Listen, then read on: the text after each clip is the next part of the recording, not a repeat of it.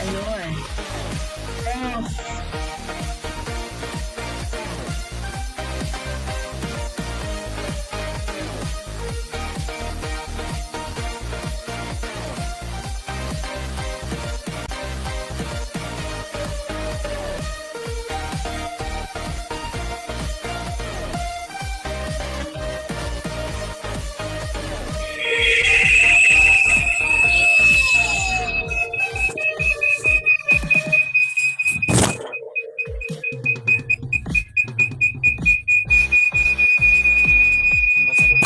Feedback.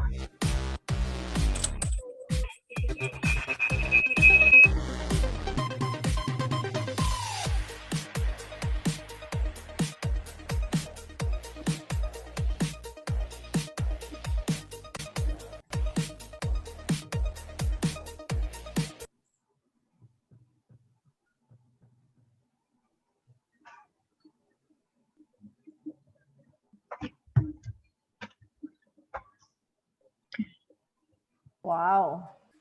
Mhm. Good afternoon. Hello. Can you hear me? Clear naman po. Yes. Yes, we can hear Yes. you. Thank you for that. Thank you for that, WomenbizPH. Good afternoon to everyone and welcome to the Bayanihan Cares Financial Assistance Seminar. This initiative has been made possible through the partnership of WomenbizPH and the Small Business Corporation, which is the finance arm of the Department of Trade and Industry. Bayanihan Cares is a COVID-19 financial assistance program of SBC. This webinar is for the benefit of the respondents to the Women Rise Survey 2021. Women entrepreneurs in micro, small, and medium-sized enterprises and WomenbizPH members to learn more about how to avail of the SB Corporation financial services. I am Sylvia, and I will be taking you through the agenda this afternoon. At this point, I would like to introduce one of the key movers of this activity. She is currently the President CEO of Felta Multimedia Incorporated, a 55-year-old company engaged in introducing innovative instructional materials and educational devices for school technology and the education solution provider of Intel Education since 2012. Her accomplishments are many.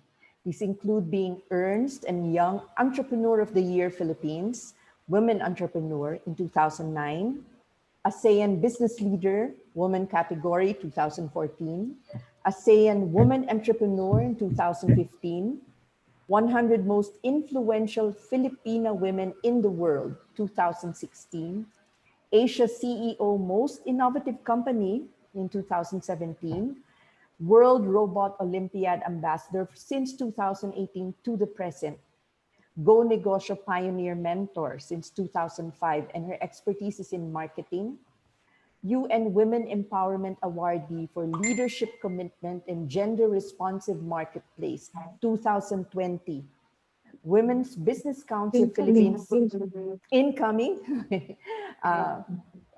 Philippines Women's Business Council President 2020-2022, Asia's top outstanding women marketeer for the year, also in 2020. She is a mother, a model entrepreneur, a mountain climber, a master in multitasking. She is powerful, relevant, graceful, instinctive, and compassionate. Here for our welcome remarks, please welcome Ms. Mylene Abiva. Take it away, Mylene. Thank you very much. Hello, thank you so much, Sylvia, for the kind introduction. And good afternoon, everyone. Welcome to the Bayanihan Cares webinar hosted by the Women's Business Council Philippines. When the lockdown started in March 2020, economic activity was at a standstill, especially during the first few months of the community quarantine. Both MSMEs and large enterprises were affected. But given the existing challenges to MSMEs, such as lack of access to finances for working capital, small businesses are less likely to bounce back and recover from the impact of the lockdown. They are less likely to stay afloat because they cannot access emergency finances to pay for their workers and continue operations. And small businesses, unlike large businesses, also do not have extensive marketing and logistics to be able to adjust their strategies during the pandemic. According to Facebook's Global State of Small Business Report, last July 2020, female-led SMBs have been disappropriately impacted. These businesses were 7 percentage points more likely to be closed compared to male-led SMBs at the time of the survey. And not only do a greater proportion of female business leaders operate micro businesses with no employees, 37% compared to 24% of men, but female-led SMBs are also concentrated in the sectors that have been most affected by the lockdown measures. In addition, the more stringent the lockdown measures have been, the higher the gender disparity in closure rates. Women Rise is a study on the needs of Filipino women entrepreneurs today. Women Rise will take a close look at sunrise industries and the factors for their success and challenges to progress, such as the use of financial technology and the impact of national and local business environments. Women's Business Council Philippines provides access to finance. Today, Women Rise Research Study respondents and Women Biz members will learn more about Bayanihan Care's financial assistance program of SB Corporation, the financing arm of Department of Trade and Industry. Financial support will now be available for you to expand your businesses or to pivot to a new industry. Together, we can overcome the significant financial barriers for recovery, sustainability, and success of our enterprises. Thank you very much, and God bless us all.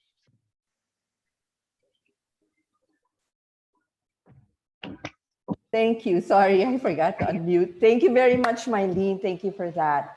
To continue with more words of welcome, I would like to introduce yet another partner and key mover in this activity.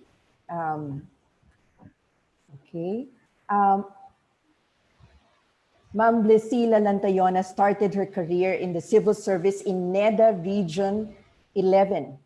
She then moved to the DTI, first in various technical positions, then as provincial director of the DTI Davao del Sur, and eventually as assistant regional director of DTI Region 11 in Davao City.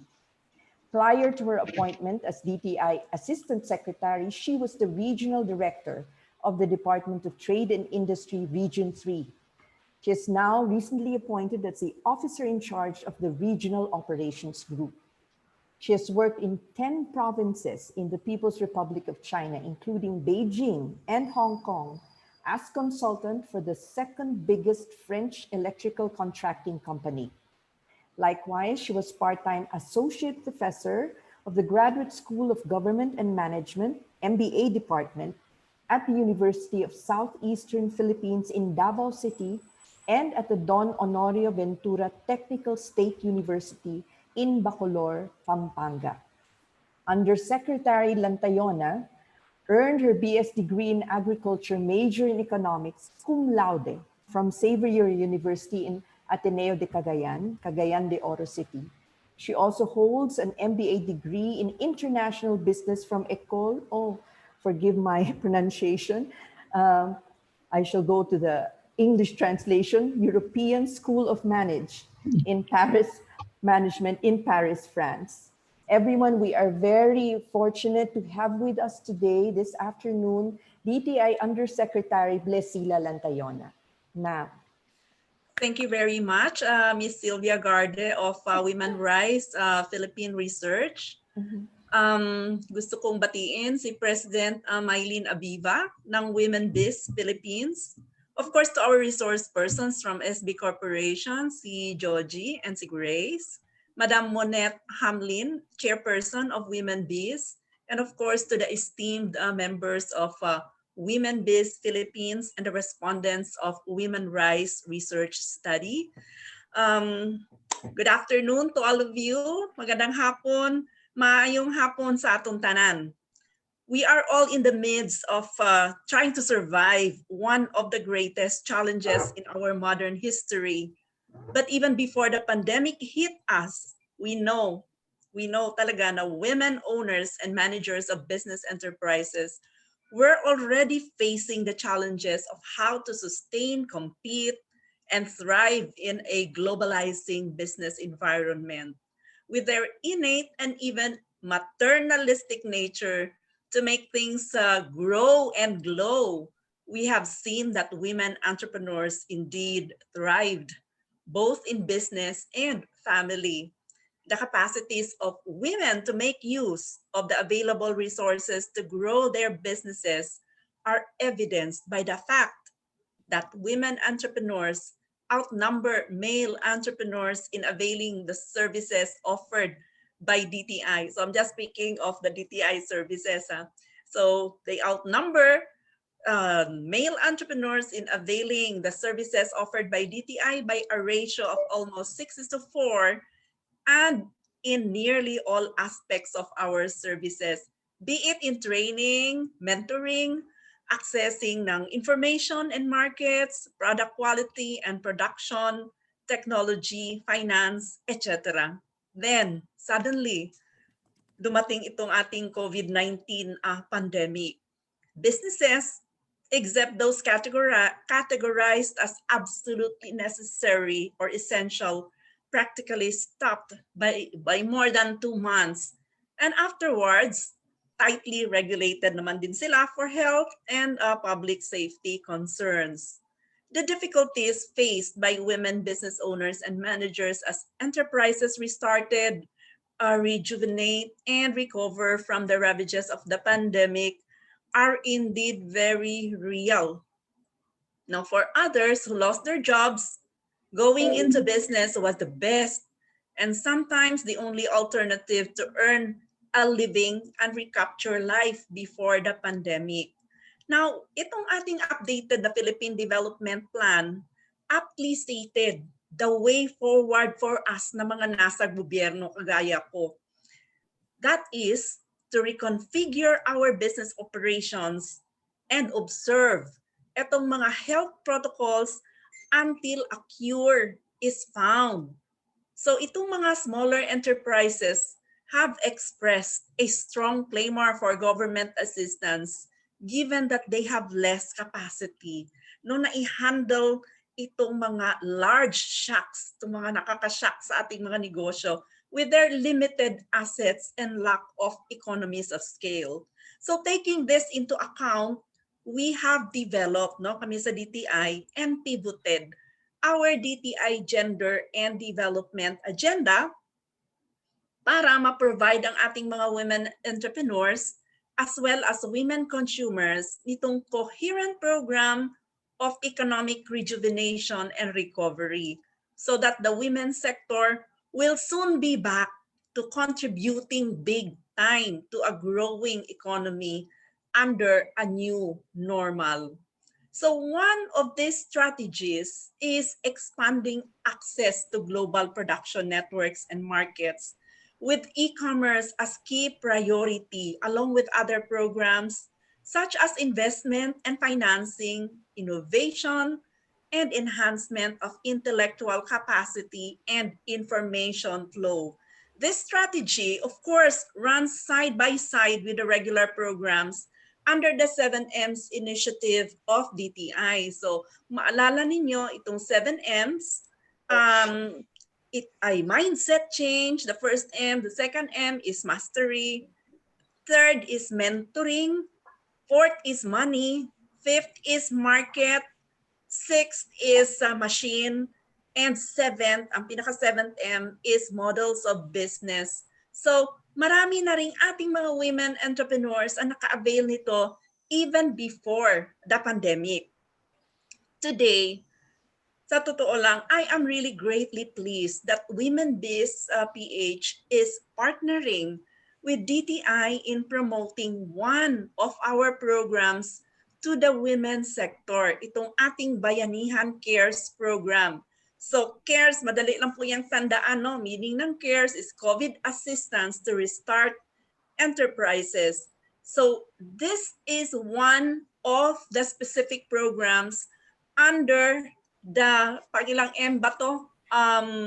Pang-apat or pang-fifth na M, no? Pang-apat pala, which is money. And I am very honored and humbled by this gesture, knowing that this partnership will ensure that WomenBiz will see to it that those women entrepreneurs applying under Bayanihan Cares are the ones who really deserve the assistance and that they will be abiding with the rules of engagement.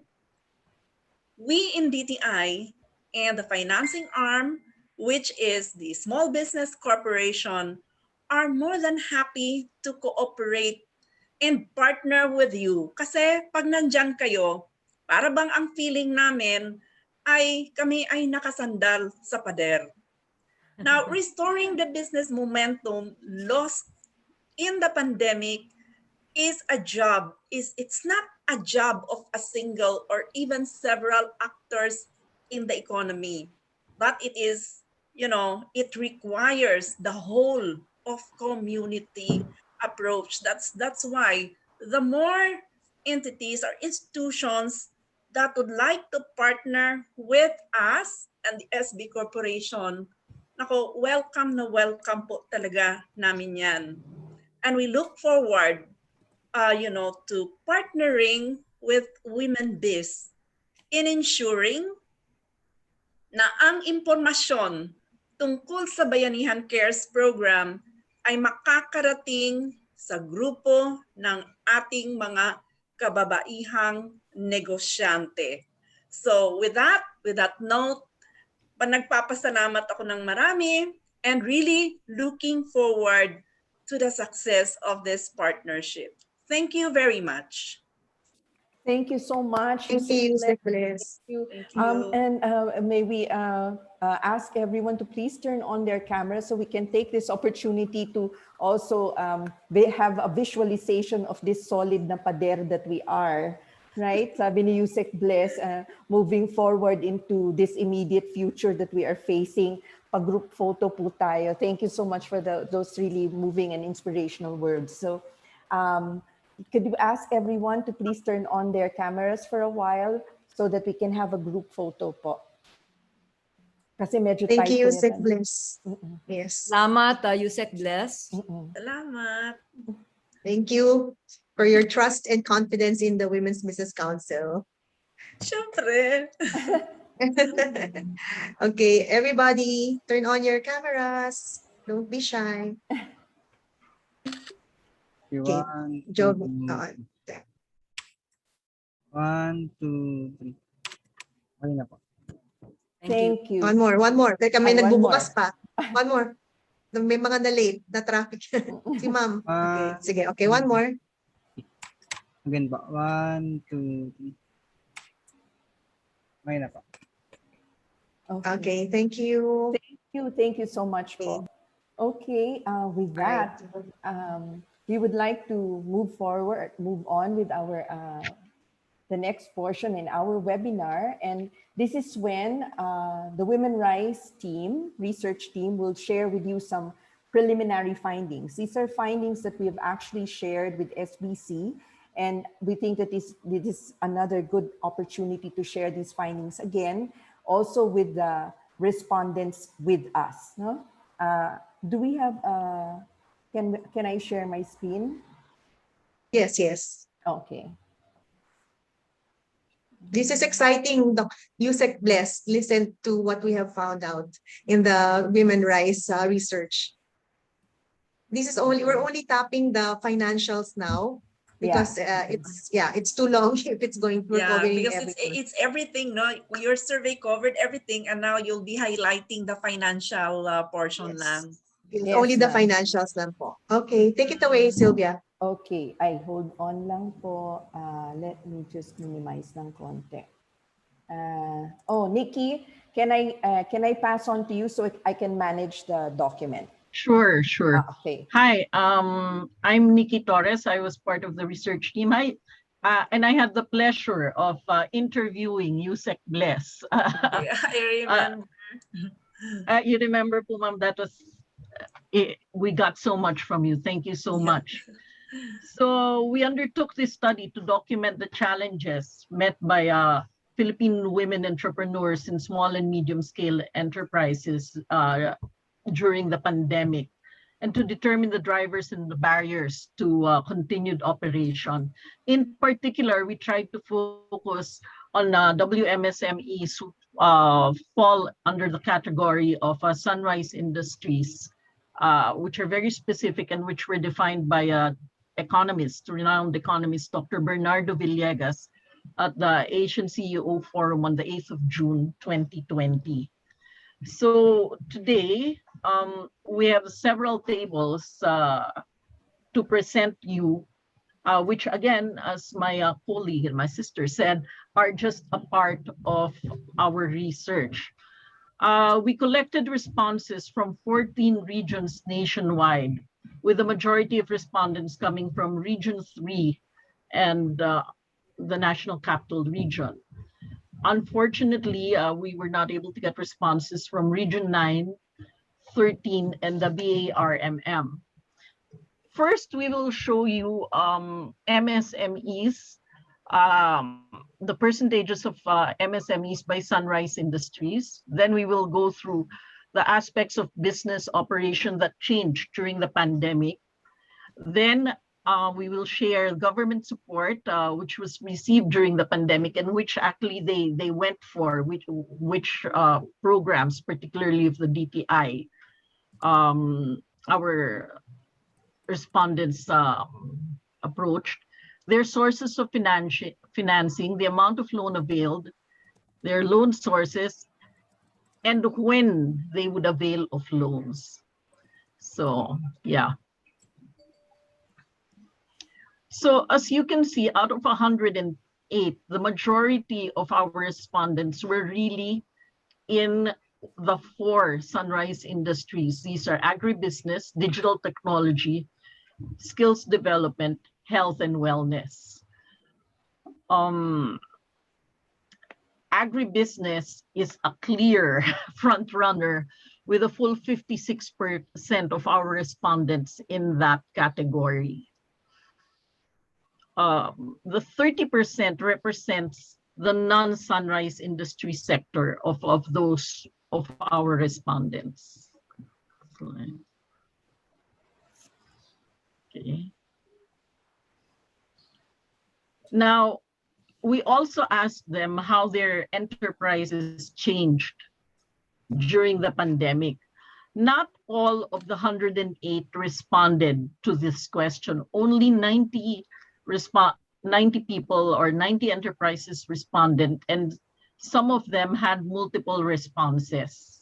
Yeah, sorry, excuse me to jump in. Yes. Of the 108, the 90, the question was, was your operation interrupted? Yeah. So 90 of them said yes. And then of the 90, we asked the question, what aspects of your business operation changed? So these are the results. There were, for some, because as you can see, the 100% count is 323. For a number of those 90, several aspects of their business operation changed. So it's interesting to note that some continued even if their profit margin lessened. That did not stop them. So there were those whose profit margin increased, some of those profit margin lessened. Some of them continued with no aspect changed at all.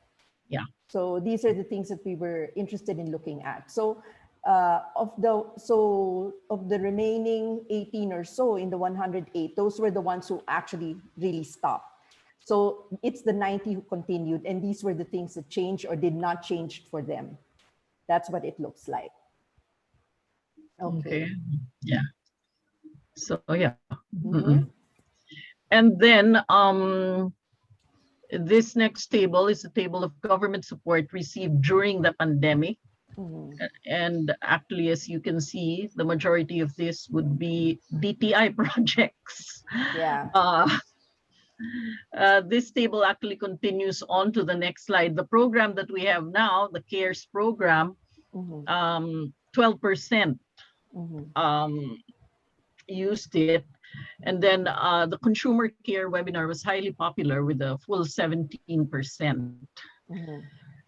Yeah, this is the next slide. So Yeah. we couldn't put it in one whole slide. Yeah. So the only higher, the other higher thing would be the others, which I think were loans, no? When we look Yes, closer, and that will they be would be reflected in the next slide. It would be the loans. Again, of the 108, 46 replied that they received support. Okay, of the 108, and this is what that spread looks like. Yeah. This is the support that they did receive. So yeah. Okay, and these are the sources of the financing that they got. Okay. So as you can see, the greater majority got it either from their own pockets or from friends and family. But a good number, 25%, were brave enough to get loans from banks and other sources. Right. Okay. And then, yeah, go ahead. Okay. So the amount of loan availed and varies, no, from 61% did not avail of loans. But if you see, 4% of our respondents were able to borrow or availed of loans of more than 1 million. The biggest, of course, is the 10,001 peso to 100,000 peso range. So we can see that our respondents were actively seeking support, both in terms of based on our government programs, assistance in knowledge, all of that, and then in terms of additional capital. Right. Now, okay, these are the loan sources. Yeah, so 33% from banks and 24% from cooperatives. Yeah, so we asked them two separate questions, right? Do you borrow from banks? Yes. And 33% said yes, and 67 no. And then we asked, do you borrow from cooperatives? And they said 24% said yes, and 76% said no. This is interesting. Yeah, this is very interesting because in the middle of the pandemic, we can see that 5% of our respondents had the courage to start a business, and they borrowed money to start up. And then 59% were able to expand their businesses. So they did not let their businesses were not stagnant. They were going for expansion. So if you look at it, only 29% borrowed just to sustain it at present levels. So it's very interesting, this right. finding. And then finally, we have this our word cloud when we ask them what would be the most workable repayment terms for them. And of course, the way this works is the more responses we get, the bigger the word as it comes out in the word cloud. So clearly, they want smaller, low interest, and then monthly payments, more smaller increments, and more often works for them. That's what this reflects. So with that is what we're sharing right now. That sort of gives us a quick view of our findings from these 108 respondents. And we did not, of course, just have the survey. We also had interviews and focus group discussions with our respondents. And then we had, of course, our in-depth interview with USEC Les, and all the material that DTI has given to us, and all this very recent studies, both regional, the Asia Pacific region, and also the international studies, because there have been a lot right? I mean, the international community and our own government has been very agile and nimble and quick to respond to what has happened with studies and action. So we had that wealth of information to go through, and I continue to go through, and so that we are able to really get a robust picture for Women Biz on this study.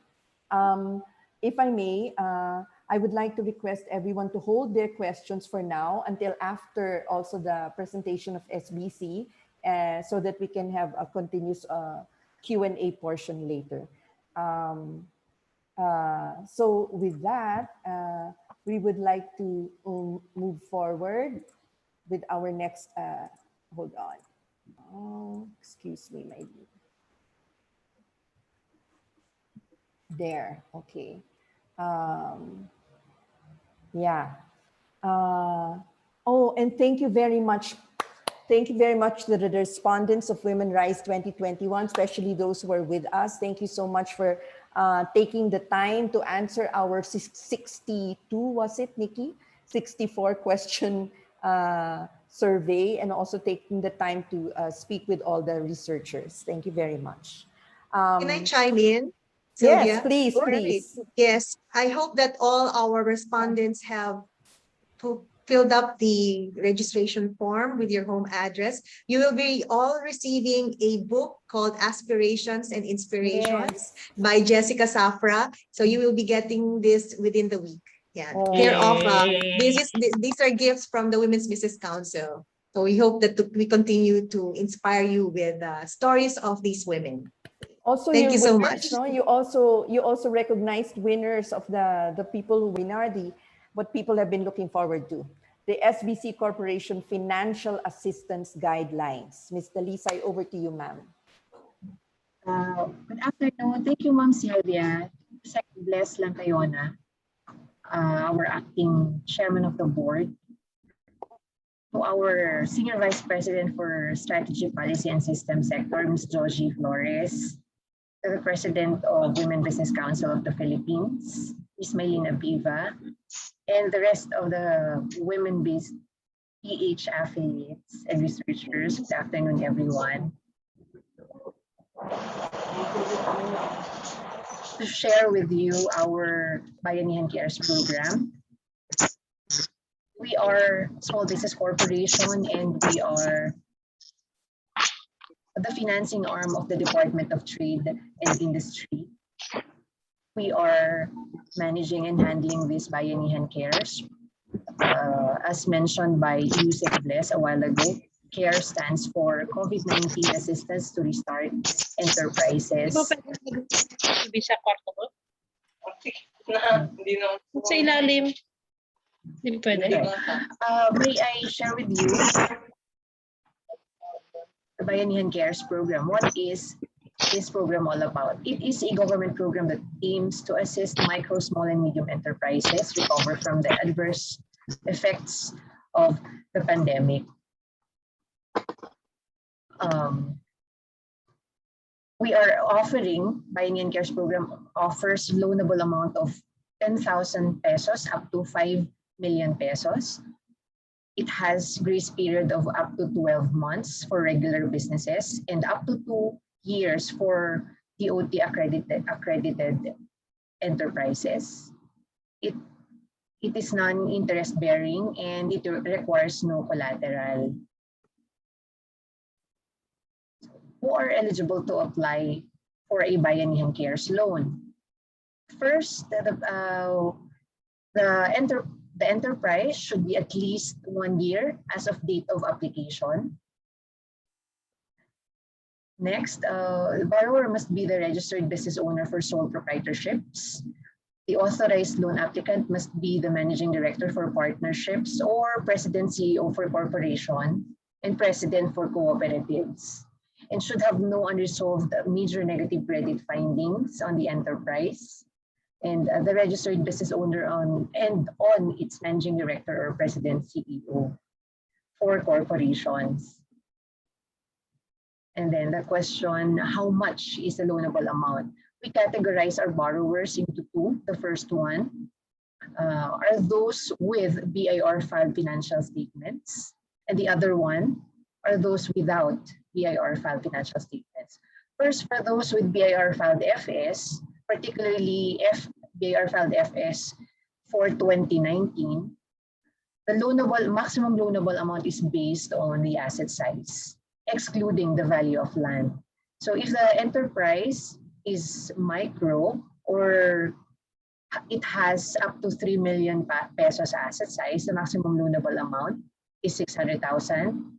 For small enterprises, or those enterprises with above 3 million up to 15 million assets, the maximum loanable amount is 3 million pesos. And for the medium enterprises, or those with the asset size of 15 million up to 100 million, the maximum loanable amount is 5 million pesos.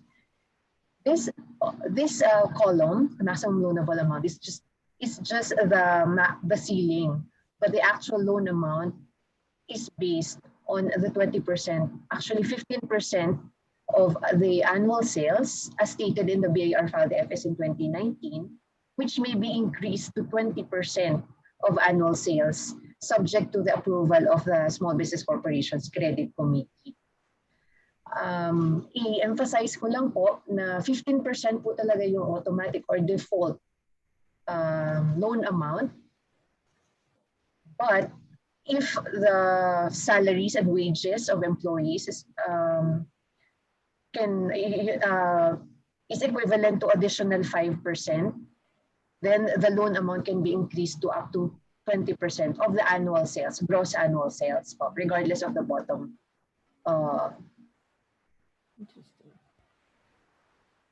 Regardless of the bottom line of the income statement. Then, what about those enterprises without BIR filed financial statements? They can borrow up to 200,000 pesos, depending on the asset size and the annual sales. Now, for those enterprises without BIR filed FS, our account officers will call them and conduct a virtual interview, maybe 15 to 30-minute virtual interview, to check the existence of the existing inventories and fixed assets, and the structure of the shop or the enterprise or the office. And the account officer will assess how much are the inventories. And then for loan amounts, for the loan amount of 150,000 pesos, the annual sales should be at least 1 million pesos. Now for 200,000 loan, the annual sales should be at least 1.5 million. For these two, 150,000 and 200,000 pesos loan, the borrower will be required to submit proofs of sale, like sales book or sales record, or copy of receipts, official receipts, and delivery receipts, whichever is applicable. So that's our loan table for those without BIR filed FS. How much is the service fee? Again, this Bayanihan Cares is interest. 0% interest has and without collateral. We don't require collateral, but we only charge service fee that is deducted from the loan proceeds. One-time deduction po ito upfront, and the service fee depends on the loan term that the borrower will choose. For example, the borrower will chooses 6 or 12 months. The service charge is 4%. For 18 or 24 months loan term, the service charge is 6%. For 30 or 36 months loan term, the service charge is 7.5%.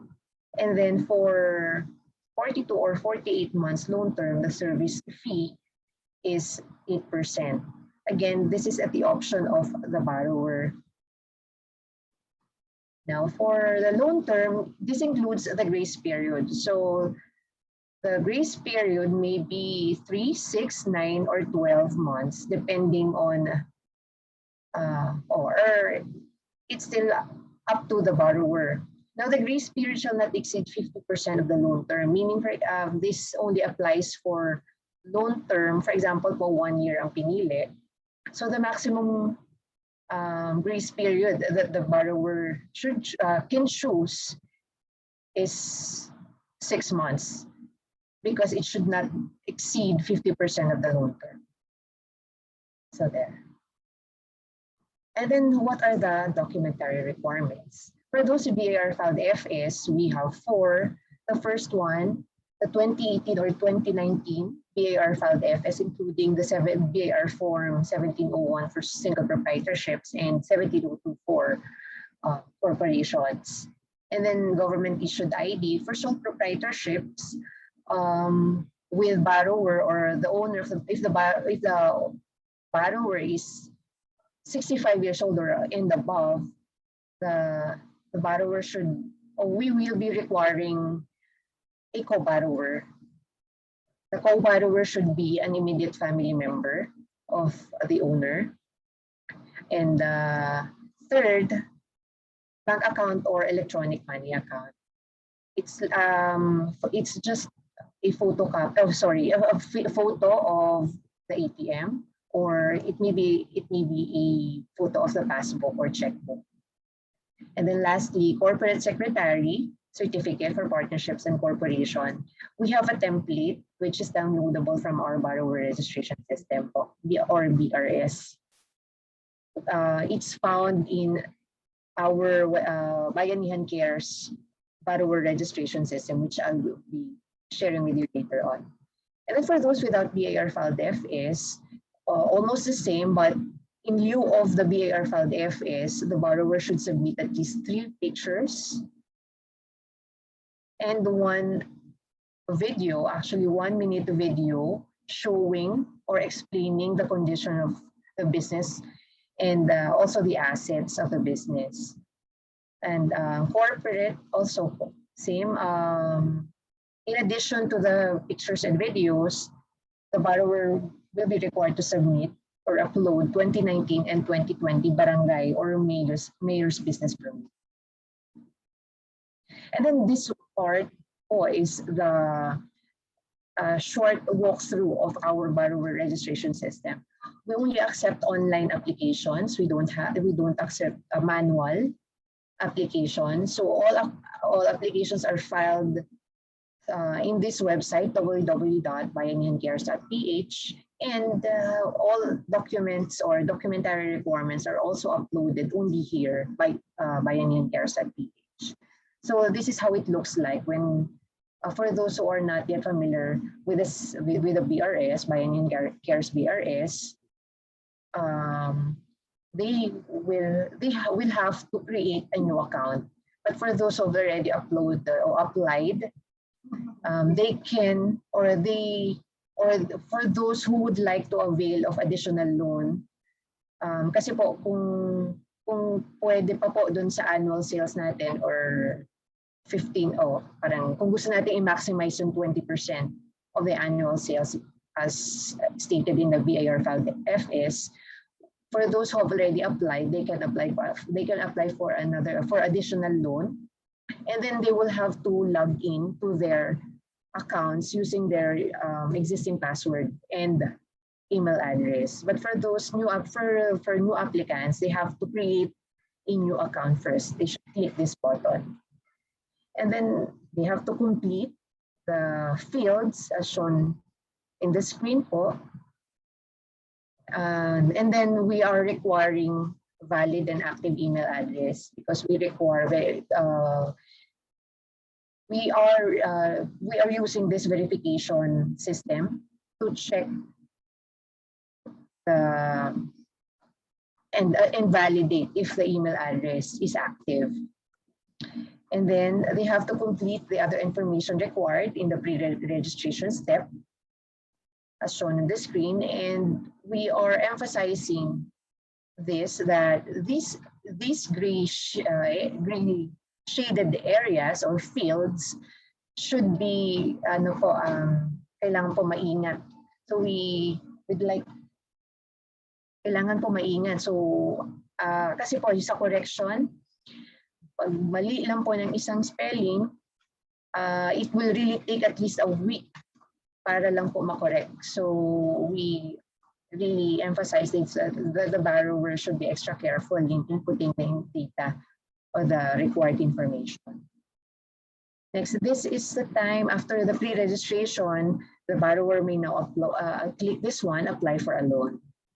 And then the borrower should have agreed to this data privacy agreement. And then once the borrower sees this form, it means that the application has already been filed. So, the application will go through the 3 stages. The first one is the CI or Credit Information Assessment.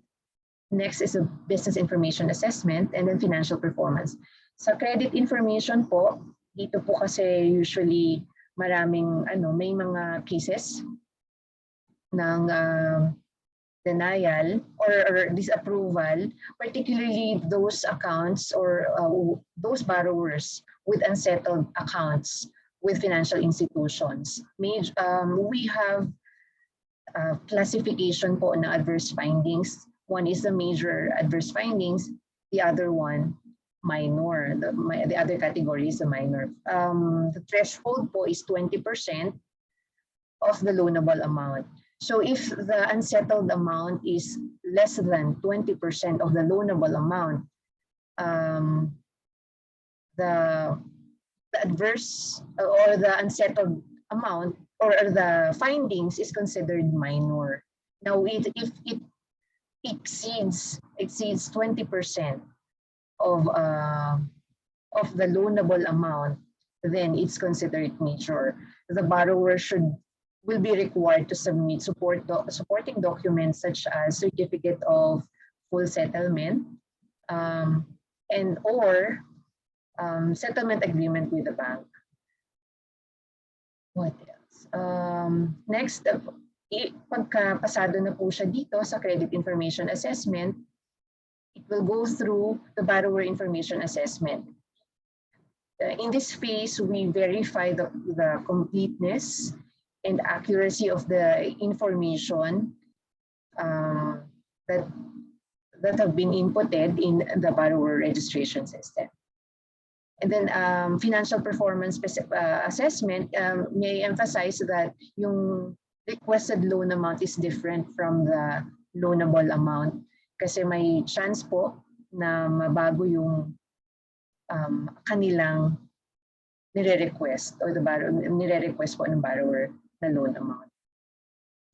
And then for each step or phase, a loan applicant will receive an email.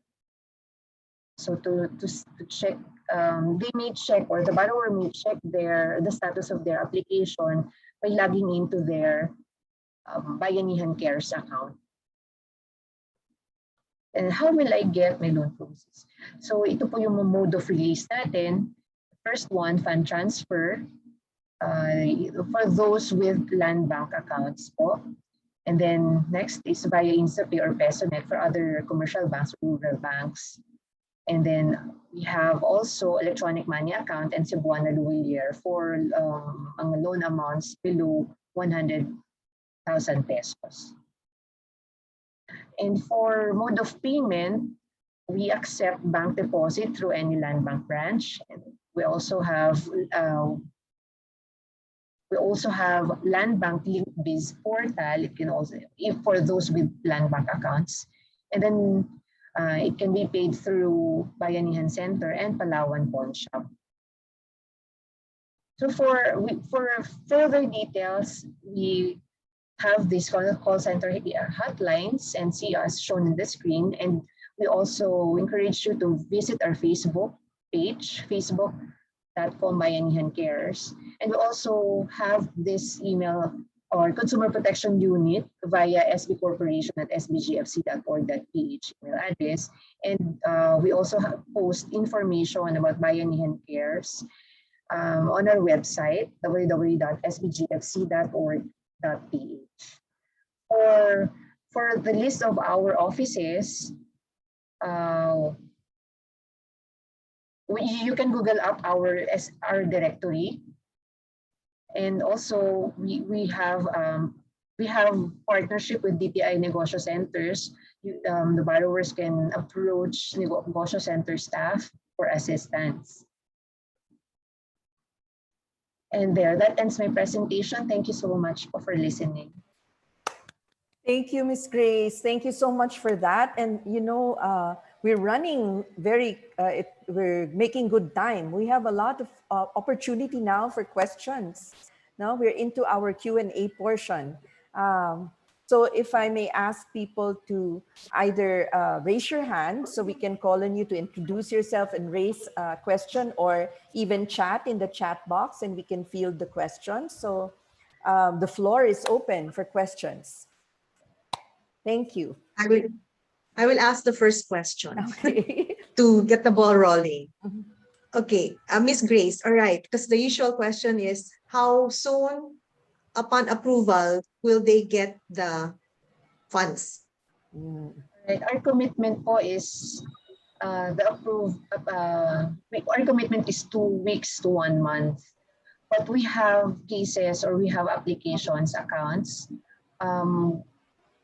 which have been approved in less than 2 weeks. And then the release of the fund or the loan proceeds is on the 3rd week po. Within the 3rd week, it has been released. So Okay. depende So ladies, po ito. Depende po kung may kailangan pang corrections dun sa mga sinabit na documents, or dun sa mga kailangan pang, kung halimbawa meron pa pong supporting docs that we will be requiring. So, but generally po, 2 weeks to 1 month. okay, mabilis naman pala. Music Blessed, would you like to add anything po with regards to the DTI? Yeah. Okay. Ito lang kasi kinwestiyon ako nito sa sa radio program. Gusto ko lang marinig ng lahat yung sagot nito. Kung ako ba ay 71 years old na, may chance pa akong mangutang sa SB Corporation under the Bayanihan Cares. Music Bless, yes po. Kung sole proprietorship po, kailangan lang po natin ng co-borrower na immediate family member with independent source of, parang meron po siyang other source of income. Pero for corporations po, hindi naman po nagmamatter yung age. Ayun. At least yung mga super senior na, and then meron silang balak na mangutang sila at para maibalik mo restart yung kanilang mga negosyo. So this is really the path for them, di ba? Yes, ma'am. Well noted po. Thank you. Baka may iba pang mga tanong dyan. Ma'am, na-curious ako. Sorry. Ako na yung next na tanong. Yes, Ms. Sylvia. Na-curious po ako. Ano yung parang record nyo ng the performance of the people who repay when they take out loans? Of course, parang specific to women, I'm interested now. What is their performance as in, pag naglo-loan sila? Sa performance repayment. When you say sa repayment na po. Yeah, sa repayment na. Kasi I know that from our side, we know that they are very actively seeking support. But I was also trying to get a sense now that if they are able to fulfill dun sa records ninyo. Kasi di ba madami talagang kumukuha na kababaihan talaga ng loans. Yes. And I'm not sure if we talked about it in our last meeting kasi sandali lang ako nandun nun. So it's kung meron kayong parang record na if they are parang a good bet also na that women really pay back and take care to repay their loans. May ganun bang findings? Yes, ma'am. Sorry. Thank you, Ms. Sylvia, for that question. Actually, the record is hindi po ready yung data as of now, no? But sa ngayon po, meron na rin mga past due. But kasi we are still at the period of yung grace, yung moratorium or grace period. Right. So, So may yung ganun mga din. last, yung mga last, hindi pa natin Although I have to check with our MIS or Management Information System officer yung data on that. But so far, ganun po, hindi pa rin namin masasummarize Na may kasi because of the grace period pa. Okay, thank you, ma'am. Sorry, didn't mean to put you on the spot, but it was very interesting to me that considering that they, that they are very actively looking for these things, and then nakita nga namin nag-expand sila, na ganito sila, and it would have been, it's good, di ba, kung meron tayong validation na umaandar din sila, which I imagine is also happening because nag-move forward nga yung mga, at least the people that we've been talking to. We have naman disaggregated data on that. Kaso I have to request it from our Management Information System group pa po eh. Yeah. But hopefully later on po, kapag talagang nag-start na lahat ang collection and payment po, payment period, right. makakakuha tayo ng magandang data on that. Kasi Grace, di ba? 6 months ang una, no? Yung grace period natin. Yes, Yusek. First is 6 months. And I think nag-June na yon, no? Nag-June na yung 6 months na yon. And then when we improved yung ating grace period, in-extend pa natin, naging 1 year. So hindi pa yun nag-June. And then ngayon, for the tourism, naging naging 2 years. So I think those who have availed of itong 6 months na grace period, I think there is also a big chance for them to apply for the higher, tama ba yon? Higher grace period, additional loan, but the one that will be covered by the longer na grace period is only the portion na additional loan. Hindi cover yung Sana pwede. Opo, pwede po nilang i-maximize yung 15%. For those with BIR filed FS po, no? They can maximize the 15%. Kasi dati, I think you can remember, Yusek Bless, medyo tipid tayo nun, maximum 500,000 lang po tayo. Yes. But now, we have expanded it. Tapos tinaas po natin yung ceiling to 5 million. So, yun po, pwede na po silang mag-apply. Although Yusek, bless me, I know, familiar din po kayo, Yusek, na paubos na po yung ating no? Yeah. Funds. So kung gusto pa nilang mag-avail, so ASAP na sana. May ganun bilisan ASAP. nyo. Okay, bilisan mag-apply daw. Okay. Ang malaki pa kasi nating mag-apply na agad. Bilisan nyo kasi maubos na ang kaban. Sa tourism, ang malaki pang funds natin is sa tourism. Pero yung sa ating outside tourism, medyo yun na ang paubos, but SB Corporation will find a way na madagdagan pa yun siya, but not anymore under the Bayanihan cares too, no? Yes. We have questions on ito na, basahin ko, sorry, ito na po. Thank you. So from Jessica Marie Saldivar, ma'am, how about small agricultural businesses, backyard hog racing and fish pond owner that is not registered under BIR or no mayor's permit? Can we still avail of loan po? Thank you for that question, Miss Jessica, through Miss Sylvia. Lang po, we only accept those with business permits po. Kasi we need to establish that the business has been in operation for at least a year. So that's our basis, particularly sa mga micro po. At least mayor's permit. Barangay nga lang po eh.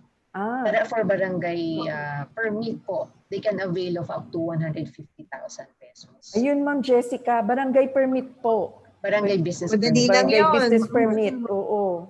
Yun po. For at least a year. And then I want to connect Taguig ADHD. I want to connect the PWD sector to this. Until when po ang programang ito? Yan. Ayun po. Thank you po sa question. As mentioned, from Taguig ADHD, as mentioned a while ago, we're running out of funds na po. So as soon as, kung meron namang legitimate naman po yung business, please do it po as soon as possible.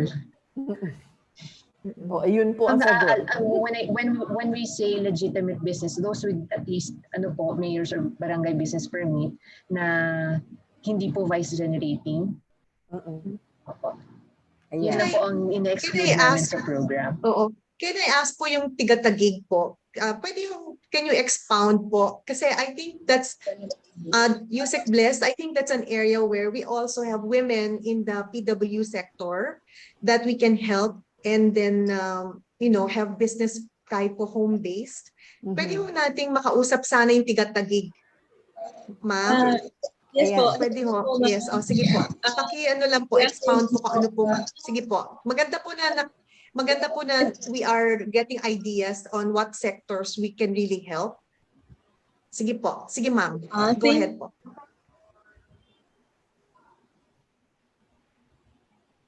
Yes ma'am. Nakamute yata Thank you siya. so much. I really appreciate this po.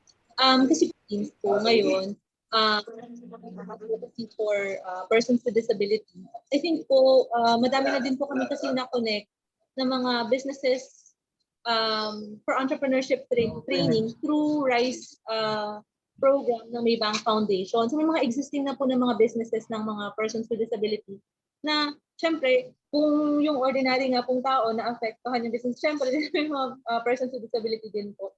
And actually, interested po sila dun sa ano na kita na po namin yung Bayanihan Cares. But yung naging problem nga po is, marami po kasing negosyo na micro na hindi po registered. So, nung nakita po nila na bongga yung mga requirements, a lot of people that really, this is not for us. But siguro po if we can help people with the paperwork, we can help them bounce back po. And kasi nga po yung problema din po siguro sa persons with disability, self-esteem problem na, hindi ko kaya, ganyan. Pero if someone would like encourage them, lead the way, I think po, pwede naman po yan. So, that's what we're doing right now po with our group. More of empowering people po talaga to connect to government services. Ganon. And right now po, so from being a volunteer for a long time, I'm working in government now. Dito staff po ako ng PIDAW San Miguel. So from Taguig, dahil nga po umuwi kami dahil sa pandemic, I'm here now. But I still have contacts there po. And yun nga po, naging national na po yung contacts namin ngayon. I think this is a great program po to connect for our group po, yung sa League of PIDAW of the Philippines. I want to introduce this na kung pwede po namin ipunin lahat ng mga PWDs na may business, help them get and then siguro po get them registered, ano ba yung mga kailangan nilang support, ano po ba yung mga training.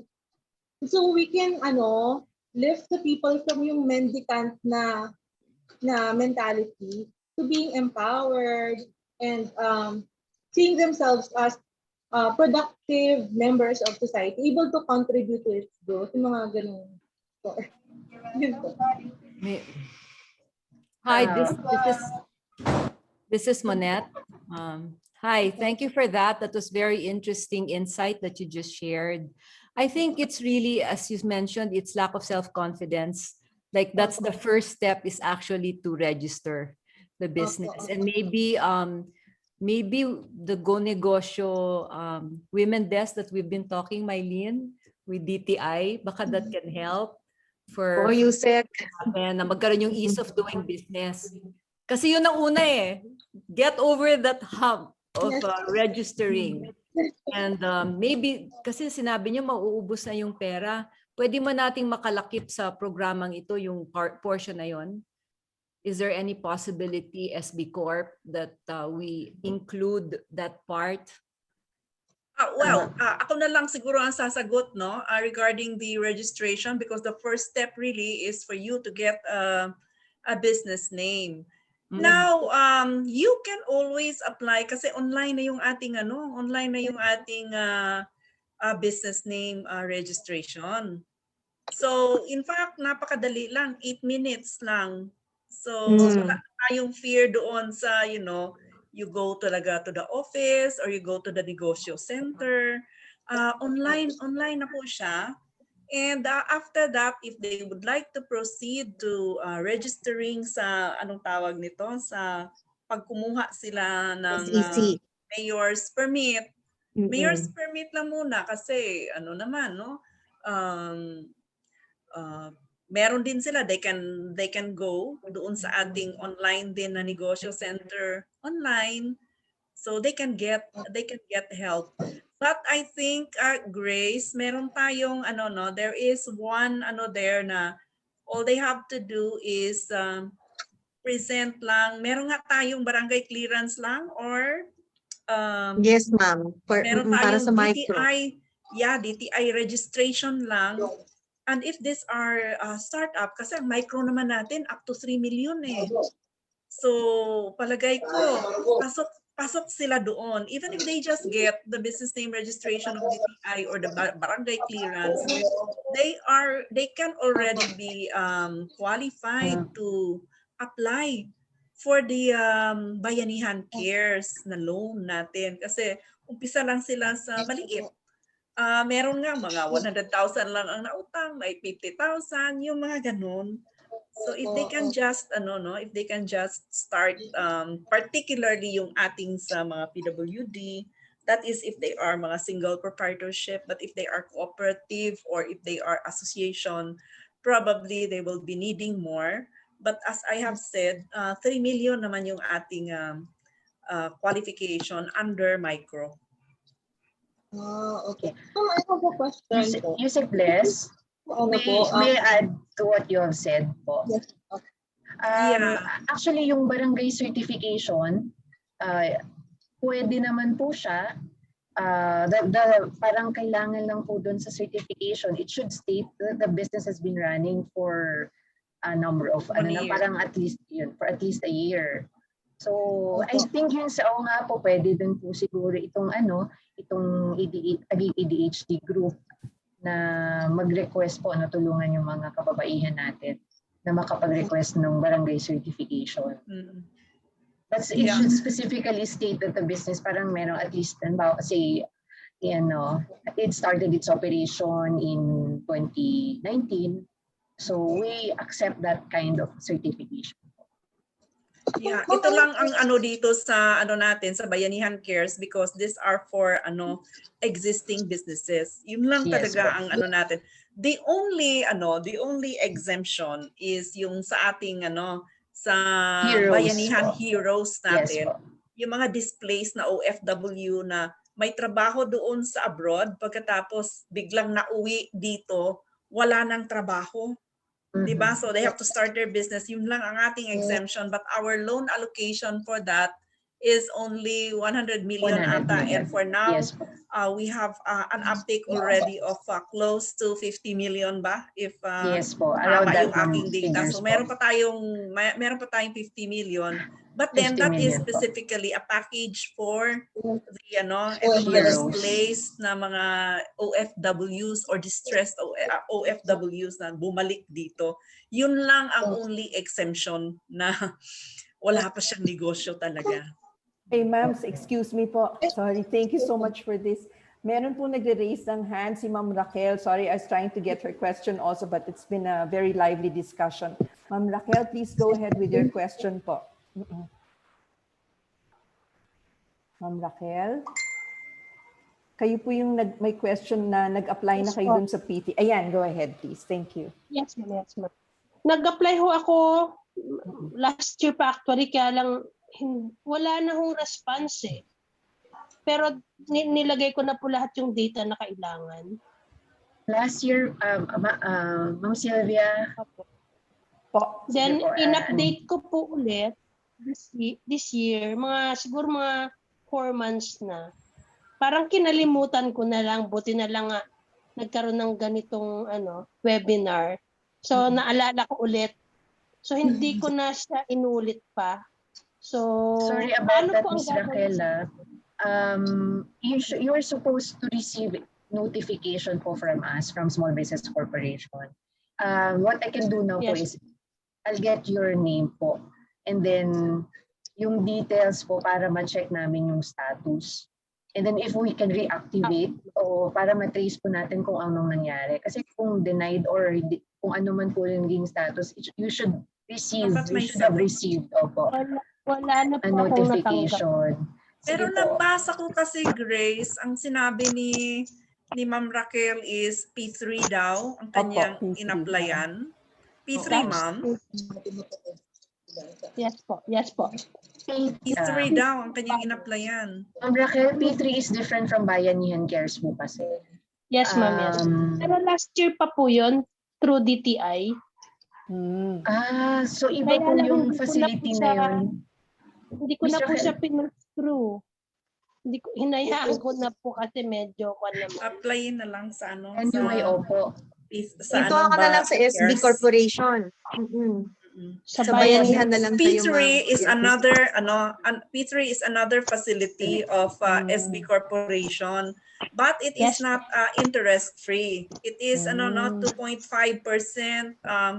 per month, and most likely through siya MFI, although si SB Corporation is also doing some kind of a retail. Opo. But then kung nag-apply ka, Ma'am Raquel, that is not that is through, hindi siya online, hindi ka online nag-apply. Online na po. Kasi ano na po, Online. online So na po. cares na po ito. Cares na po. I-trace na lang siguro para at least maganda naman ang kanyang customer experience. Opo, sige. We'll help you, Miss Raquel. So, sorry, Ma'am Raquel. To trace your So, account. we will ask her to chat her details Yes, ma'am. here. Ganun Okay, ba? Ma'am, palagay na lang po sa chat dito. Yung, pwede man nyo bang i-chat or... Food manufacturing pa naman. Yes, ma'am. I-chat nyo From yung where? details. From Hawaiian City, Isabela. Isabela, yeah. Yes po. What Oh, kind of food Isabela. products do you have, Raquel? Mushroom products po. Mushroom. Mushroom chicharon, mushroom bagoong, mushroom sisig po. Wow. All about Wow. mushrooms. All about mushrooms. Sige po, we'll check this after this session po. Yeah, oo. Para Hindi ko matuloy-tuloy na. Medyo napurnada yung kanya eh. Opo. Are you We a have your... KMME graduate ka ba? Yes, ma'am. Batch 7. Ayun. Oh, baka kasama pa si Miss Mylene dyan sa iyong mentor. Oo nga.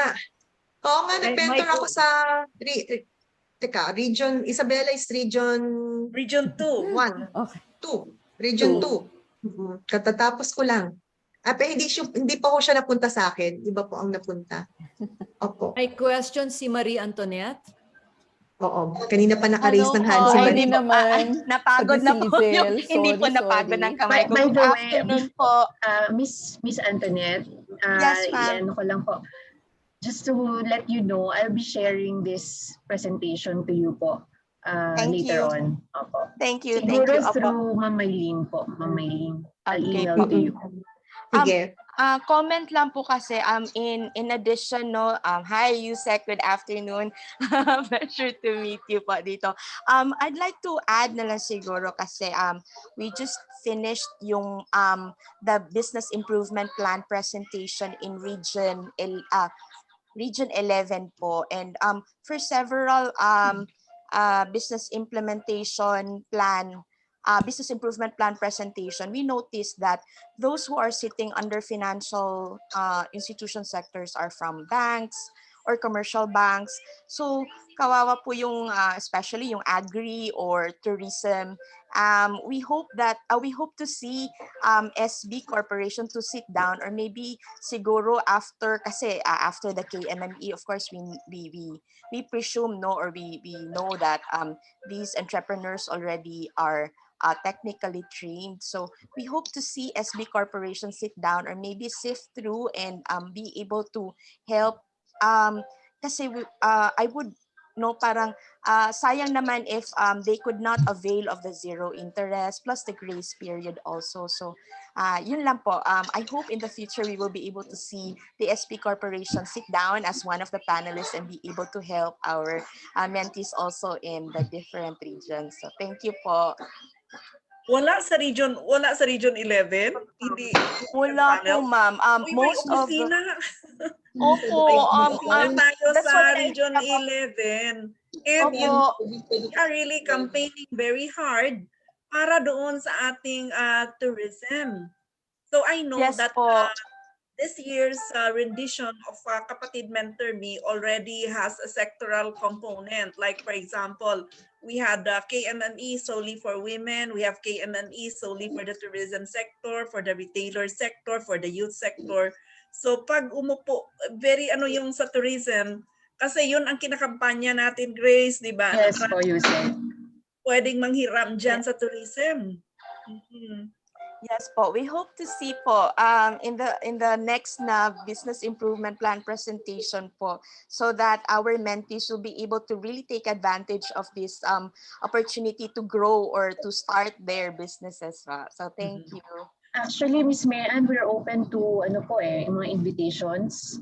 Siguro hindi pa lang kayo nakarating sa amin, or kasi kami, we're like as mentioned by Yusek Bliss, talagang we are campaigning hard para po dito sa Bayanihan Cares, particularly din sa travel. Pero if we receive naman po mga request po for a briefing, we are open to Yes, that. I'm and happy we to are, be part of po.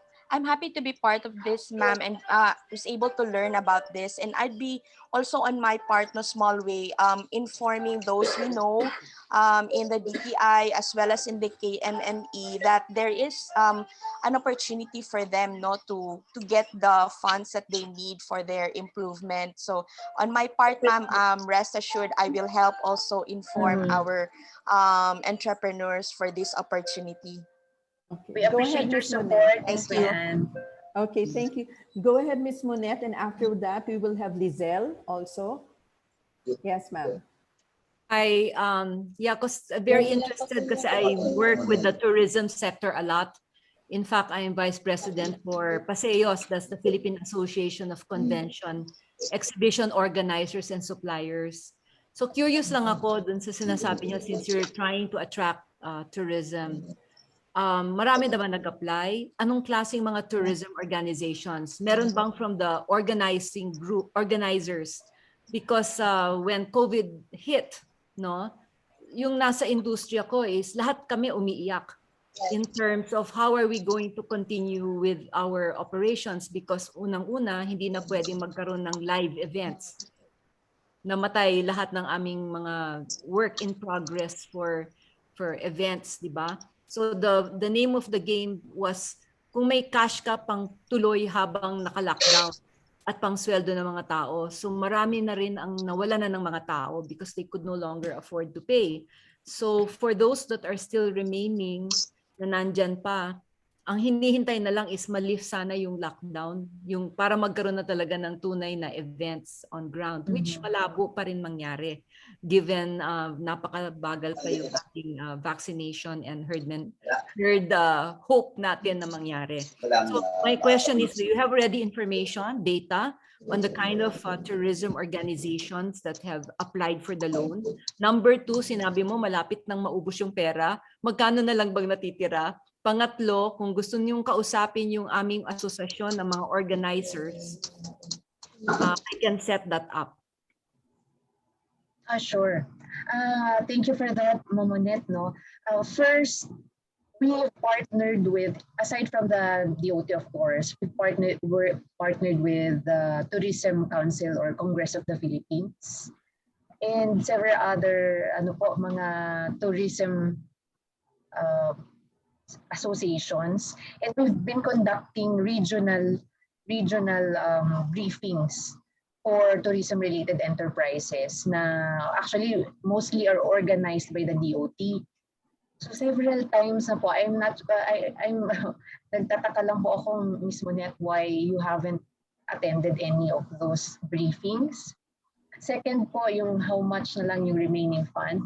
As of the moment, wala lang po ako exact figure, but it's still above or about 2 billion for the tourism-related enterprises.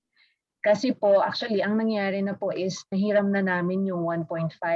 Kasi ang sa Bayanihan Cares, we were given 10 billion.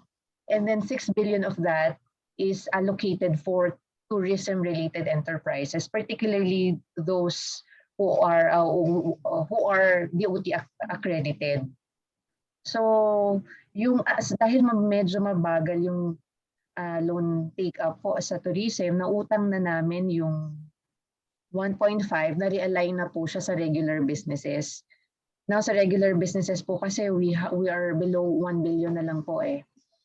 So baka pag nautang, pagka naubos na naman yung 9, di ba, Yusek Bless, baka pag naubos na naman po yung 900 or below 1 billion na yon for regular businesses, mangutang na naman kami sa pondo sa tourism kasi nga po mabagal. But on Grace, the that will have to be returned, because it is covered by the Bayanihan Act. Act. Kasi yun talaga ang hiningi ng tourism. But then as of June 14, para lang magkaroon tayo ng idea, kung ang ating Bayanihan Cares na regular, open to all sectors ay umabot na ng ang approved loan na umabot na sa 29,500. Yung pong sa ating Bayanihan Travels, which is for tourism, ang aplikante lang po or ang approved na application is only 430. And with an application of 600 plus, so you could just imagine, it was allocated a bigger fund because naman na hard hit talaga ang tourism sector. But because that's what you've said, Monet, na there is really reluctance pa on the part, of the players of the tourism sector because of etong ating mga hindi pa talaga fully open, no? Marami pa ang takot. So there is this hesitancy on their part para mangutang. So that is the loan uptake ng ng ating Bayanihan Travels. So kaya nga nagtatumbling na tayo ngayon para talaga to campaign, but because of this situation we really cannot just force, no? Kaya imagine mo, from 1 year grace period after the 6 months grace period, especially for tourism, the grace period was extended to 2 years. Para lang talaga ma-attract. But then, kailan ba natin din-decide ito sa board na maging 2 years na? Pero as of June 14, June 14 na, ano lang talaga, 430 lang ang na-approve out of an application total na 700 plus. Yun lang. Pero kung tingnan mo yung applications na na-approve sa regular na Bayanihan Cares, umabot na ng almost 30,000 with a total application of 45,000. So that is the situation now. Sa radio program ko, sige na kami, talaga. Bless. If you can help us, Monet, pero I mean that we respect naman the decision of the sector. If I may say, siguro kailangan lang kayo magka-face-to-face dun sa mga tao para malaman nyo kung ano yung takot nila. Kasi ang takot nila is, sige, mangungutang kami pangbayad muna ng sweldo ng mga tao. Hanggang kailan kami magbabayad ng sweldo ng mga tao na wala naman kaming events na babalik para So yun ang takot nila. Anong mangyari? Inflow ba? No, the inflow is not there. Although talagang even the Department of Tourism, na sila grabe na yung kampanya, they talked already to their kasi nasa kanila yung sector na yan So sige ng meeting. In fact, during our board meetings, tinatanong namin ito, sige na sila ng meetings with the management has already met a lot of times with the Department of Tourism just to encourage the sector. But then, because of the situation, you really cannot force them kasi walang pumapasok na. Sige po. So kung gusto niyo lang po, I can help connect dun sa organizers group. Yeah, sige. Miss Monet, yun yung third concern nyo na po. Please, may I have your email address? Actually, I can share with you our email address where you can send your invitation po. Our communications department manager will conduct po the briefing for you. Hindi po, nailagay ko na po dyan yung email ko. All right. Grace, can you also put your PowerPoint presentation here. So dun po sa mga nag-attend din ngayon, you can just click and then download para automatic po. Sige po. Sige. Wait lang po. Okay, go ahead. I think Nikki will take over. Nikki, go ahead. Sorry. Okay, dito po sa chat natin from Roeliza Landitro. Is it one time 8% processing fee to be applied on the loan, Miss Grace?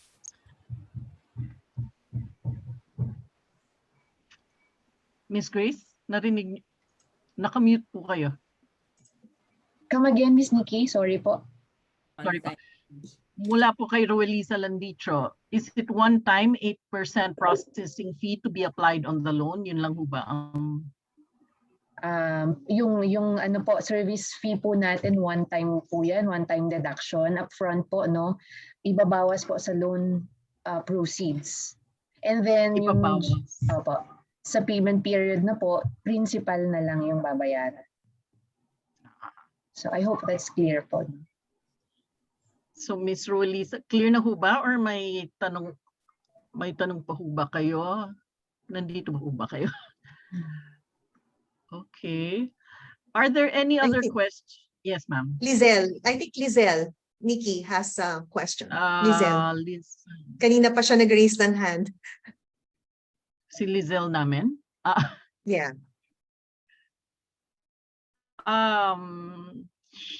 I'm sorry, I think Lizelle already, yeah, unfortunately, I think Miss Monette is raising her hand, and then Miss Hope after Miss Monette, na? Go ahead pa. Miss Hope na. Kasi... okay, Miss Hope. Miss Hope. Miss Hope Palermo, may tanong ho ba kayo? Yes po. Hi ma'am, good afternoon po sa ating lahat. From Palawan po. Actually ma'am is KMME graduate ako, mentor, at the same time coach and saka panelist. In behalf na lang po siguro sa mga women entrepreneurs dito sa Puerto Princesa City, Palawan, yung nahihirapan yung mga co-manufacturers ko ma'am, mag-apply online. So, ano natin sila matulungan? Nandito yung mga restrictions kasi ma'am, ang hirap namin dito. 1 month na kaming MSCQ. Pinalad lang din po ako sa Rial's Food Products kasi Bayanihan Cares 1, nakakuha ako. And then ngayong 2, nakakuha din ako. So yung ibang mga kasamahan ko hindi pa. Kasi ngayon ma'am, actually last 2 weeks ago kasama ako doon sa sinasabi ni Music Bless na sa 3-hour bootcamp. Ang sakit talaga na marinig mo sa isang mentor din.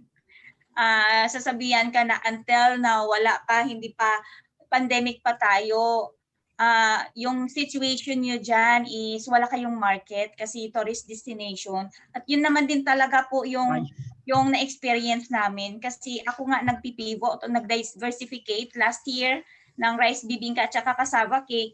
So ang nangyari is pasalamat ako kasi until now nakasustain kami ng dahil doon sa mga kakanin na yon. Pero sad to see talaga na hanggang kailan talaga kami. Nandoon yung tulong ni SB kasi kahit paano nakakatulong sila. Pero how about doon sa iba? Yung iba 1 year na po nagko-close. Actually talaga may mga P3 sila na mga loans sa SB. Kino-close nila yung account kasi wala na talaga silang pambayad. So ang sa amin lang, as nandiyan naman si DTI SB tumutulong sa amin. Pero yung tanong ma'am na nandito kami sa isang isla na ang dami ng mga positive cases na everyday may mga na nangyayari na hindi maganda. So kung paano tayo makasustain? Kasi ang ini-impose talaga ni government, survival. Hanggang dito pa tayo si COVID. Yung samahan na lang natin si COVID kasi hindi pa natin alam at saka yung total vaccination ang bagal po dito. So nandoon po yung humihingi din talaga kami sa government ng hindi naman ayuda kundi yung services na tulong sa amin to sustain us lalo na nandito po tayo sa isla. Sa Palawan. Miss Hope, we understand your situation po, no?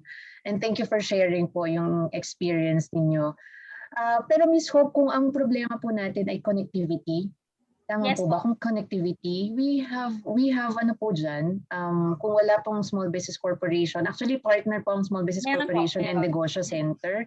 Yes, we actually, briefed the negosyo center staff po to help nga po dyan sa kung ang problema po ay connectivity. Parang may dedicated po silang help desk para dun sa mga nahihirapang mag-apply online. So try to approach them po, yung mga malapit po sa inyo na negosyo center po. Sige ma'am, thank you po. Alright. Maraming salamat po, no? So this has been a very fruitful discussion. I'm sure a lot of you have more questions for Ms. Grace and for the SBC and for Yusek Lantayona, lalo pag medyo nanamnam na natin yung PowerPoint nila and napag-iisipan na natin, no? So I'm sure you can just email them directly, no, Ms. Grace, and then you can respond to them pag, when they have specific questions. All Yes, right. Thank you very much. For our closing remarks, I am very pleased to introduce the founder and president of a 29-year-old award-winning Team Asia, an integrated marketing communications firm that brings brands to the next level experience. It's www.teamasia.com. She serves as chairwoman of Women's Business Council of the Philippines, as president of the Government Academe Industry Network, and as vice president conventions of the Philippine Association of Convention and Exhibition Organizers and Suppliers. She is a woman leader, an entrepreneur, a mother ducky, domestic goddess. Ladies and gentlemen, Ms. Monette Iturralde Hamlin. Thank you very much for that introduction. It's really a joke in terms of mother ducky kasi that's how my staff call me and my kids call me, like I'm the mommy ducky. And bakit ako goddess sa bahay? Kasi akong tagaluto, tagalaba, tagalinis ng bahay kasi walang katulong. So aside from my work, I have to do all of the what I call unpaid work to take care of my family. First of all, I'd like to thank you, Sec Bless. Maraming salamat for joining us today.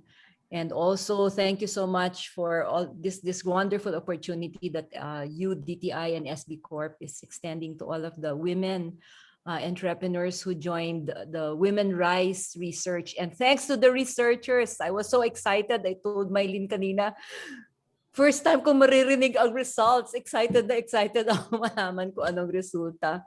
Thank you for doing this research, because really it's only when it's based on data that we can make the right decisions. And that's why Women Biz is really ensuring that we undertake a lot of research so that we can continue to be the voice of women in business.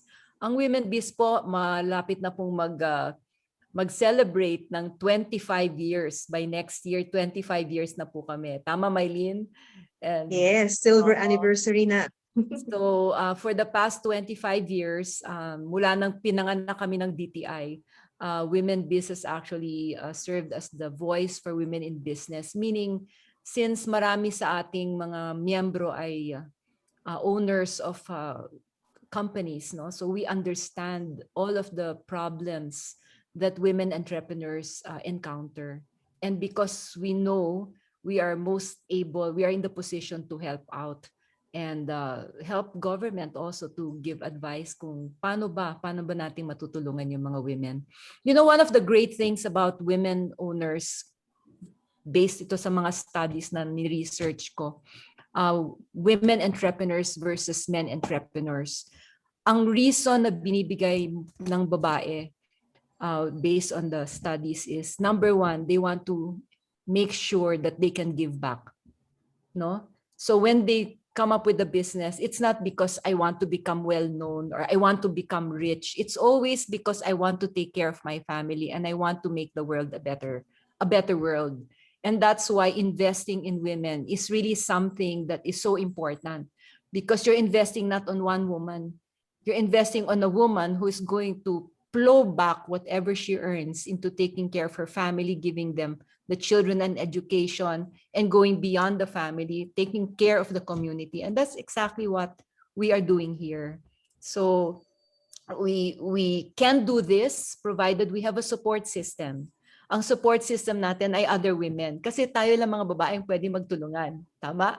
And if we help each other, then great things can really happen to us women. So ang Women's Business Council po nandito to serve like big sisters, to continue being the voice of women in business. And I'm really looking forward to being able to have more of the Women Rise participants to join and take advantage of this wonderful opportunity that is being extended by the government. San po kayo nakakita ng walang interes? Diyos ko po. Nung ako po ay nag-umpisa ng business ko 29 years ago, hindi ko saan ko hahagilapin ng pera. Pero ngayon, eto na, binibigay na. Please, get it. Take it and run with it and make this world a better place. So yun lang po. Maraming salamat po sa inyong lahat na nag-attend, lahat ng mga Women Rise who joined. Thank you so much for joining today. And we really look forward for you to take advantage of this wonderful opportunity for access to finance. Thank you po. Stay safe, everyone. Thank you. Thank you very much, everyone. Thank you, Monette, Mylene, I you, hope meron tayong mga aplikante, ha? Okay, apply na. Now na. Yan, di ba, ma'am? Apply Diba, na. Miss Grace? Yes. Apply na. Now na. Now na, Yes. ASAP po. Magiging happy Oh, niyan si asap na. Grace. Kasi maubos na yung kaban. Ubusin natin yung kaban kasi nandyan yan para Yes. sa atin, di ba? Yes, Oo. yes. Okay, maraming Okay. salamat po sa lahat. Miss Sylvia, Ma'am Mylene, before we go, pwede po ba kaming makarequest ng survey or research results po ninyo? Oh, yes, of course. Yes, definitely. We'll send you actually, it's already, Miss Nikki, tapos na, right? It's already, yeah. We're just making the infographic so that when we present, it'll be nice and, visual instead of just seeing numbers. So we'll do that. Okay. So, Yusek Bless, would you like to say anything before we close? So we were already closed. Basta yun Yusek lang. Bless? I'm really very hopeful that we will have applicants, no, that will be generated out of this forum, and with your help, really encouraging women entrepreneurs, to apply. I am sure na meron naman tayong mga applicants na ma-generate, no? And well, really the challenge is on the tourism sector, even the DOT. Medyo ano rin sila ngayon, but well, I am still very positive and very optimistic that soon meron tayo talagang bubuhusan talaga natin. The intention is really buhusan ng tulong ang tourism sector, but sila na mismo ang may reluctance because of the situation. We understand naman din. And SB Corporation will be helping you out in the online application. And if there is problem in connectivity, our negosyo centers in the regions and provinces will also help you. Okay. All right. Thank you very much.